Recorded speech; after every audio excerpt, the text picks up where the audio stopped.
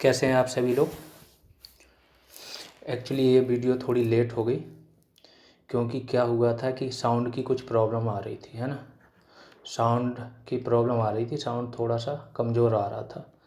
तो बहुत सारे स्टूडेंटों ने कंप्लेन की थी, तो उसी पे वर्क चल रहा था कि साउंड एटलीस्ट ऐसा आए कि आपको जो भी चीज़ बोली जाए क्लियर कट सुनाई दे। तो अभी जो नेक्स्ट ये वाला वीडियो पड़ रहा है, इसमें आप लोग ही बताइएगा कि साउंड में कुछ इम्प्रूवमेंट हुआ है कि नहीं। अब हम लोग सीधा टॉपिक पे आते हैं। ऋग्वैदिक काल हमारा हो चुका था, है ना। ऋग्वैदिक काल हमने ख़त्म कर दिया था। अब ये कैसे ख़त्म किया था, क्योंकि ये क्रैश कोर्स के फॉर्म में चल रहा है ना।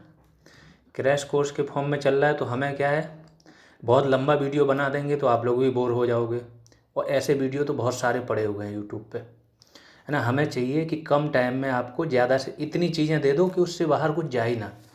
उससे बाहर अगर एक दो क्वेश्चन जाते भी हैं तो वो सिर्फ आपके लिए नहीं जाएंगे, वो सारे लोगों के लिए जाएंगे, ठीक है। दूसरी चीज़ वो भी हम कंप्लीट कराएंगे जब हम एक MCQs देंगे आपको, उसमें एक दो क्वेश्चन आ जाएंगे। लास्ट में एक आपको PDF प्रोवाइड कराएंगे जिसमें सारे गैप जो थोड़े मोड़े रह जाएंगे वो भर जाएंगे। अब यहाँ हल्का सा बात कर लेते हैं। जैसे वैदिक काल में आपने पढ़ा, वैदिक काल बोलता हूँ तो उसको ऋग्वैदिक काल माना करो। मैंने बताया ना, वैदिक काल दो पार्ट में डिवाइडेड है। एक ऋग्वैदिक काल जो है 1500 से 1500 BC, मतलब ईसा पूर्व से 1000 BC तक। ये वाला है उत्तर वैदिक काल। तो उत्तर वैदिक काल में क्या होगा, उत्तर वैदिक काल आपका है 1000 से 600 BC तक, है ना। अब इसमें थोड़ी सी आपको जानकारी ये देनी थी कि यहाँ पे हमने राजनीतिक हर टॉपिक को कैसे पढ़ना है, ये बहुत ध्यान से समझ लेना। एक तो आप ये फैक्चुअल इन्फॉर्मेशन ले रहे हो, एक फॉर्म में है कि आपको प्रीलिम्स का कोई भी प्रीलिम्स देना हो, चाहे PCS का, चाहे PCS में दो मेनली UP PCS BPSC, इन लोगों के लिए तो रामबाण है। चाहे जो वो 120+ नंबर वाले भी आ जाएं, चाहे 130 वाले, वो कोई भी यहाँ कहीं से पढ़ के निकाला हो, उनको भी ये हेल्प करेगा, ठीक है। दूसरा UP SSC वाले सारे लोग, UP SSC वाले जो क्या दे रहे हैं, वन दरोगा देंगे या जूनियर असिस्टेंट देंगे, इनका समझो GS का पोर्शन तो ऑलमोस्ट प्री के लिए तो पूरा कंप्लीट हो जाएगा। अब मेंस वालों के लिए हल्की सी जानकारी दे रहा हूँ, जो प्री के साथ मेंस या जो भी नए हैं जिनको एक आइडिया चाहिए तो किसी टॉपिक को कैसे पढ़ना है उसके बारे में मैं बताता हूँ। राजनीतिक 4-5 डायरेक्शन में किसी भी टॉपिक को पढ़ना होता है, ठीक है। एक हो गया राजनीतिक विशेषताएं, दूसरा सामाजिक, तीसरा आर्थिक किसी भी काल की, चौथा धार्मिक, और पांचवा सांस्कृतिक। ये सारी विशेषताएं आप पढ़ते हो किसी भी काल के बारे में, ठीक है। अब राजनीतिक के अंदर क्या पढ़ना है, किस किस डायरेक्शन में आपको पढ़ना है, ये मैं बताने जा रहा हूँ। तो इस डायरेक्शन में आप किसी भी, इसके अलावा किसी भी टेक्स्ट बुक को या किसी भी रेफरेंस बुक को आप रेफ़र करते हो तो क्या होगा ना कि आपका एक माइंड मैप बना होगा कि इसमें हमको ये चीज़ें खोजनी है। तो राजनीतिक में हमेशा देखो, प्रकृति, राजवंश जो होगा आपका वो क्या वंशानुगत है या फिर निरंकुश है ना। और शासन प्रकृति क्या थी, राजतंत्री थी कि लोकतंत्री थी। तो पुराने हैं तो अधिकतर राजतंत्री शासन पद्धति रहेगी। फिर प्रशासन में आना है आपको। प्रशासन में क्या आ जाएगा, प्रशासनिक ढांचा क्या था, है ना। जो कार्यपालिका थी वो कैसे काम करती थी, मंत्रिपरिषद थी कि नहीं थी, रक्त संबंधों पे आधारित थी कि पेड थी, मतलब सैलरी मिलती थी उनको, कि रक्त संबंधों। फिर सेना आ जाएगी कि सेना किस प्रकार की थी, बड़ी थी, छोटी थी, क्या अश्वगज क्या था। ये तो हो गया आपका राजवंश। थोड़ा और डिटेल में जाओगे तो राजमहल, नगर प्रशासन, मौर्यकाल वगैरह में देखोगे आप लोग, ये सारी चीज़ें आ जाएंगी। इस पर हम लोग बाद में चर्चा करें। फिर दूसरा एक और बता देते हैं, क्योंकि ये वीडियो बहुत ज़्यादा लंबा भी नहीं करना है, क्योंकि बहुत सारे लोग बोर हो जाते हैं। सामाजिक और बता देते हैं कि सामाजिक को आपको किस डायरेक्शन में पढ़ना है। जब किसी भी काल की आप सामाजिक विशेषताएं देखते हो, अब ये इसलिए बता रहा हूँ कि अगर आपको एग्जैक्टली आंसर नहीं पता है तब भी लिख जाओगे, बस इसको याद कर लेना अच्छे से। सामाजिक विशेषताएं देखते हो जब आप, तो सबसे पहले आप देखोगे वर्ण व्यवस्था। वर्ण व्यवस्था थी उस काल में कि नहीं थी? तो मैं आपको बता देता हूँ, वर्ण व्यवस्था आपकी काल में, जो आपका ऋग्वैदिक काल है वहीं से शुरू हो जाएगी, है ना। ऋग्वैदिक काल के लास्ट से वर्ण व्यवस्था शुरू हो जाएगी, बट अभी ये जन्म आधारित नहीं थी। तो इसके बाद के जितने भी काल देखोगे वर्ण व्यवस्था रहेगी, तो कोई दिक्कत नहीं, आप लिख दोगे। फिर दास प्रथा। दास प्रथा में क्या करोगे, देखोगे कि दास प्रथा थी कि नहीं थी, तो ये भी थी आपकी, हड़प्पा से ही शुरू हो जाएगी। दास प्रथा में दासों का क्या यूज होता था, कृषि कार्य में या घरेलू या व्यापार में, है ना, ये देखना है। दास किन को बनाया जाता था वो देखना है, युद्धबंदी थे वो, क्या उन्होंने ऋण लिया था इस आधार पे, ये सारी चीज़ें, महिला थे उसमें, पुरुष थे क्या। तो वर्ण व्यवस्था पहला पॉइंट हो गया। दूसरा हो गया दास प्रथा। तीसरा पॉइंट हो जाएगा क्या, तीसरा पॉइंट आपका हो जाएगा महिलाओं की दशा। महिलाओं की दशा, कि महिलाओं की दशा क्या थी। अब दशा में क्या है, 6 पॉइंट आ जाएंगे आपके, 5-6 पॉइंट। शिक्षा का अधिकार था उनको कि नहीं था, हैं। सार्वजनिक जीवन में भाग लेती थी कि नहीं लेती थी। अब सार्वजनिक जीवन क्या होता है, राजनीति, प्रशासन, है ना। तो सार्वजनिक जीवन, ये समझ लें, बहुत रामबाण चीज़ दे रहे हैं आप लोग को। सार्वजनिक जीवन में भाग लेती थी कि नहीं लेती थी। इसके बाद आपको देखना है कि वहाँ पे सती प्रथा थी कि नहीं थी, सती, पर्दा प्रथा। इसके बाद बाल विवाह, बहु विवाह और विधवा विवाह, ये सारा प्रचलन था कि नहीं था।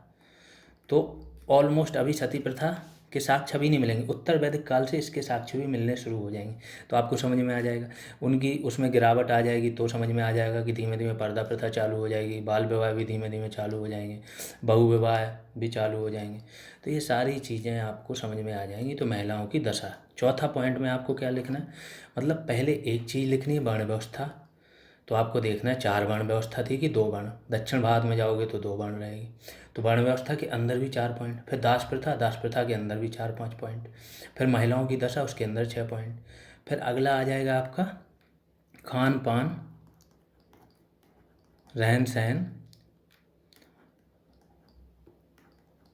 मनोरंजन, है ना, इस पे बात हो जाएगी। तो इसका आपको देखना है कि खान पान कैसा था, शाकाहारी थे कि नहीं थे, मांसाहारी थे कि नहीं थे, रहन सहन कैसा था, कैसे वस्त्र पहनते थे, आभूषण पहनते थे कि नहीं, मनोरंजन के लिए क्या करते थे, पासा खेलते थे, शिकार करते थे, है ना, मछली पकड़ते थे। ये सारी चीज़ें खान पान, रहन सहन, मनोरंजन में आ जाए। 5वां पॉइंट सामाजिक के अंदर आपको लिखना है अंत्येष्टि संस्कार। अंत्येष्टि संस्कार के लिए वो कौन सी पद्धति अपनाते थे, समाधान पद्धति या दाह कर्म, है ना, जिसको बोलते थे दाह कर्म, या फिर वो दफनाते थे। ये चीज़ें आपको देखनी पड़ेंगी। इसके बाद समाज कैसा था, समतामूलक, 6वां पॉइंट आ जाएगा, समतामूलक या विषमतामूलक। तो आपको हड़प्पा काल से ही विषमतामूलक समाज मिलेगा, है ना। इतने जब आप पॉइंट लिख दोगे, लास्ट में स्वरूप देखना पड़ेगा कि शांति प्रिय थे कि नहीं थे, है ना, विस्तृत थे कि नहीं थे, वो स्वरूप में आ जाएगा। तो इस प्रकार से जब आप लिखोगे तो सामाजिक में आपके पास 6 पेज का मटेरियल आ जाएगा, एक हेडिंग, उसके ऊपर 5-6 पॉइंट अंदर, वो भी अपने आप में हेडिंग, फिर दूसरी हेडिंग उसके अंदर। अगली बात जब हम करेंगे आर्थिक में क्या लिखना है, वो नेक्स्ट वीडियो में आएगी, क्योंकि ये वीडियो बहुत लंबा हो जाएगा। फिर हम लोग धार्मिक में बताएंगे कि क्या लिखना है, और लास्ट में सांस्कृतिक ले जाके आपका ख़त्म करेंगे। सबके बारे में जब ये आइडिया हो जाएगा तो आपको समझ में आ जाएगा कि मेंस की तैयारी भी आपकी इसके साथ शुरू हो चुकी है, वो भी यूपीएससी लेवल की है, ध्यान रखना। यूपीएससी में इससे ज़्यादा नहीं लिखना पड़ता है, 200-250 शब्द में क्या लिखोगे, इतनी हेडिंग ही डाल दोगे तो आपके 250 शब्द हो जाने, है ना। तो बस यहाँ पे आप लोग पढ़ते रहो, इतना डिटेल में जानकारी मिलेगी कि ना, आप प्री तो आपका किसी भी तरह से रुकेगा नहीं, प्री से तो आपके 10-15 नंबर ऊपर रहेंगे ही रहेंगे, कोई भी एग्ज़ाम देते रहो। मेंस में भी इतना आइडिया दे के जाऊँगा कि कहीं नहीं मिलेगा, कितनी भी कोचिंगें कर लो, यहाँ पे किससे माइंड मैप मिल जाएगा आपको। साथ में मेहनत करते चलो, लास्ट तक आपको सब कुछ मिलेगा। अब हल्का सा हम लोग चर्चा कर लेते हैं उत्तर वैदिक काल पे। मुझे लगता है ये वीडियो बहुत लंबा होगा, इसलिए उत्तर वैदिक काल को ना हम लोग 2 भाग में डिवाइड कर लेते हैं, है ना। तो पहला भाग केवल अभी हल्का सा बताए दे रहा हूँ कि उत्तर वैदिक काल में क्या हुआ था। सन आपको बता ही दिया था 1000 ईस्वी से 600 ईसा पूर्व तक, ये सन हो गया आपका। कबीले के आधार पर शासन होता था, मैंने पहले ही बताया था। कबीला था जिसका प्रमुख क्या होता था, राजा, जिसको बोला जाता था गोप्ता। राजा को बोला जाए गोप्ता। उसका मेन काम था ऋग्वैदिक काल में, क्या काम था उसका, कबीले की रक्षा करना, उसके पशुओं की रक्षा करना। अधिकतर युद्ध पशुओं के लिए होते थे, गाय सबसे महत्वपूर्ण जानवर थी, उसके लिए अधिकतर युद्ध होते थे। आर्य शब्द, आर्यों के बारे में बता देते हैं, क्योंकि ये सारा काम जो ऋग्वैदिक काल या उत्तर वैदिक काल में जिन लोगों के बारे में चर्चा हो रही है उनको बोला जाता था आर्य। इनका अर्थ होता था श्रेष्ठ, ये लोग श्रेष्ठ व्यक्ति होते थे। मूल निवास स्थान इनका कहाँ था, मध्य एशिया में। पहचान का आधार क्या था, भाषा, घोड़ा और वृक्ष। हमेशा घोड़ा लेके चलते थे। भाषा इनकी अलग थी, आर्यों की भाषा, और वृक्ष, ठीक है, ये इनकी पहचान के आधार होते थे। अब बात करते हैं गतिविधियों का केंद्र। तो इनकी गतिविधियों का केंद्र था सप्त सिंधु प्रदेश। सप्त सिंधु प्रदेश क्या है, सिंधु नदी आप लोगों ने सुना होगा। तो सिंधु नदी थी, पंजाब और सिंध में ये नदी बहती है। इसी की और इसकी जो सहायक नदियाँ थी, आप लोगों ने पढ़ा होगा इंडस वैली सिविलाइजेशन में, या जो इंडस ट्रीटी हुई है भारत की पाकिस्तान के साथ, है ना, उसमें आप लोगों ने पढ़ा होगा सिंधु नदी तंत्र है। तो उसकी जो 5 सहायक नदियाँ हैं सिंधु की, कौन कौन सी हैं, झेलम, चेनाब, रावी, सतलज और ब्यास, ठीक है। सरस्वती नदी हुआ करती थी, जो अभी क्या है, लुप्त है, ये भी वहीं उसी जगह से बहती थी, ठीक है, ये लुप्त हो चुकी है। तो टोटल 7 नदी, इन्हीं को बोला जाता था सप्त सिंधु प्रदेश। अब ऋग्वैदिक काल में या उत्तर वैदिक काल में इनका नाम क्या था वो मैं बताए दे रहा हूँ। तो सिंधु को तो सिंधु ही बोलते थे, इसी नदी के नाम पे ही भारत का नाम क्या पड़ा, हिंदू। जो भारत के लोग थे उनको हिंदू बोलते थे इसी नदी के नाम। झेलम का नाम था बितस्ता, चेनाब का नाम था अस्किनी, रावी का नाम था परुष्णी, सतलज का नाम था शतुद्री, ब्यास का नाम था बिपाशा, और सरस्वती नदी जो थी आपकी, ये सबसे पवित्र नदी होती थी, इसको बोलते थे नदी तमा या माते तमा, ठीक है, मतलब नदियों की माता, ठीक है। इस तरीके से सप्त सिंधु प्रदेश था। इसी इन्हीं नदियों में, जिनमें से खासतौर से परुष्णी नदी के किनारे आपका युद्ध लड़ा गया था, दासराज युद्ध, जो मैं पहले बता चुका हूँ आप लोग को। पिछला वीडियो देख लीजिएगा, आपको इसका आइडिया लग जाएगा। अब इसके बारे में हल्की जानकारी दे देते हैं। आर्यों को अफगानिस्तान की कुंभा नदी तथा गंगा और यमुना की भी जानकारी थी। गंगा नदी की भी जानकारी हो गई थी इनको, यमुना नदी की कैसे, क्योंकि पहले तो ये सप्त सिंधु प्रदेश के आसपास थे। जैसे भारत का नक्शा ऐसे ले लो आप, ठीक है। तो पहले ये लोग कहाँ थे, इधर इस वाले एरिया में।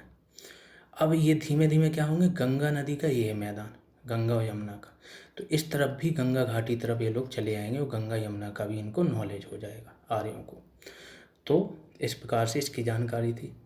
अब राजनीतिक विशेषताओं मैंने बताया, एक तो आपको ये देखना है कि राजा कैसे राज कर रहा है, निरंकुश हुआ कि नहीं, है ना। तो मैं कुछ समितियों के नाम बताता हूँ, ये भी शायद उसमें रह गया था, बस यही नाम बता के इस टॉपिक का एंड करूँगा, ठीक है।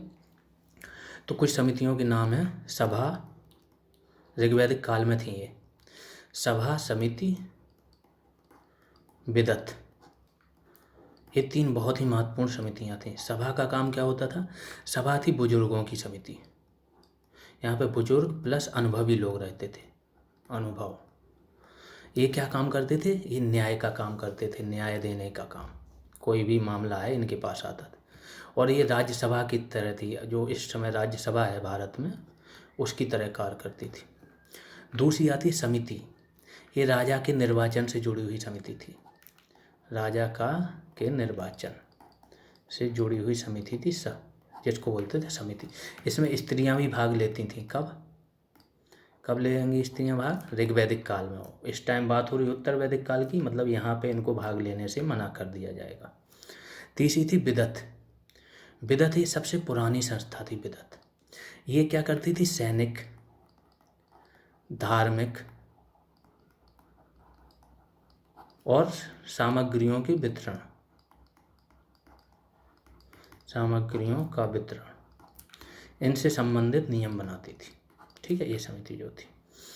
तो इस तरीके से 3 समितियों के माध्यम से पहले प्रशासन चल रहा था। यहाँ क्या होगा, उत्तर वैदिक काल में सभा और समिति का महत्व घट जाएगा। सभा और समिति में स्त्रियों का जो भाग लेना है वो बंद कर दिया जाएगा।